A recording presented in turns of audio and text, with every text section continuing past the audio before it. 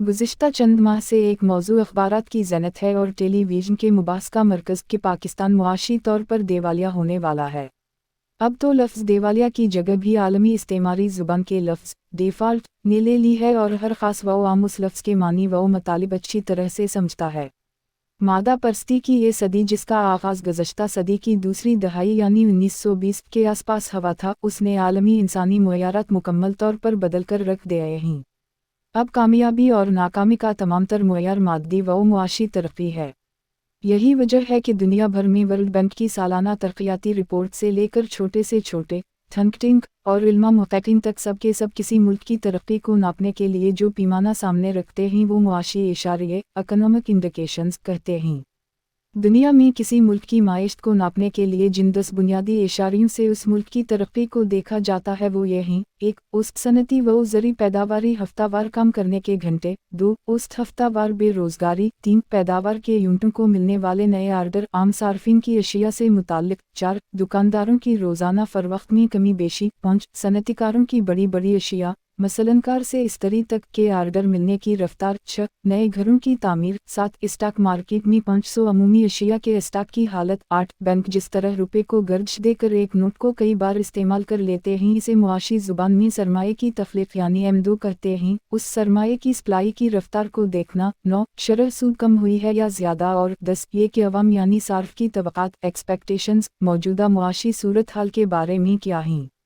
उन 10 इशारियों के मुताबिक आपको बहुत कम दानिश्वर और तज्ज़िया निगार गुफ्तगू करते हुए मिलेंगे, लेकिन अगर उन पर ही तहकीक कर ली जाए तो ये किसी मुल्क की खुशहाली और बदहाली का थोड़ा बहुत नक्शा ज़रूर खींच देते हैं। इनके बरक्स हमारे हम अक्सर उस बात पर बहस होती है कि हमारे ज़रबादिला के ज़खायर कितने हैं, कितने थे और कितने रह जाएंगे।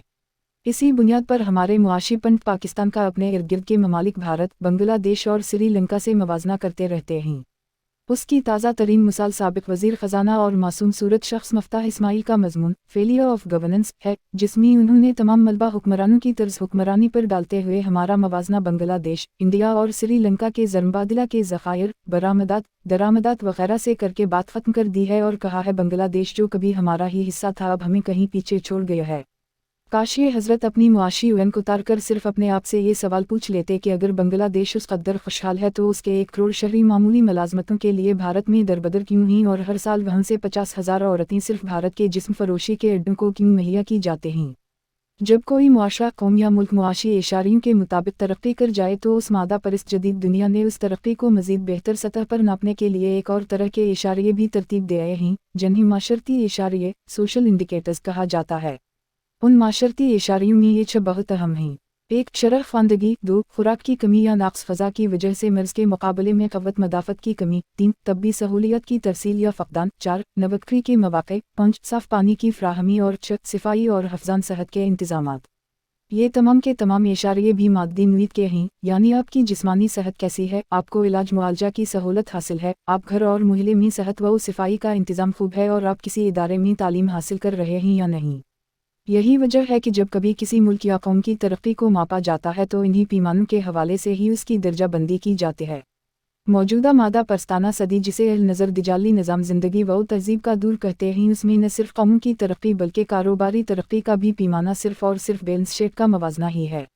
100 साल पहले भी दुनिया में मादियत गालिब थी, लेकिन ऐसे नहीं। उर्दू मुहावरा बाप भला न भिया सबसे भला रुपया मुस्तामिल था और फ़ारसी का वो शेर नमा मुहावरा एज़र तो खदानिस्त वो लेकिन बखदा सत्तार यूबी वो काजी अलहा जाती। ए दौलत तो खुदा तो नहीं है लेकिन बखदा तो अयबों पर पर्दा डालती है और हाजात को पूरा करती है। मौजूद थे, मगर उसके बावजूद उस दूर में देवालिया होना या देवालियापन सिर्फ माल व दौलत के साथ मखसूस नहीं था। अखलाक़ी देवालियापन की असतला आम थी और हर उस साहब हैसियत और साहब सरूद को उसकी अखलाक़ी ज़िंदगी और इंसानी रोडिये की किसोटी पर ज़रूर रख कर परखा जाता था। आज भी मुआशरों को अखलाक़ी मुयार पर परखना बहुत आसान है। तमाम अखलाक़ी अक़दार का शानदार पैमाना बनाया जा सकता है। किसी कौम की अखलाक़ी तरक्की नापने के पैमानों की एक ऐसी फ़हरिस्त बनाई जा सकती है।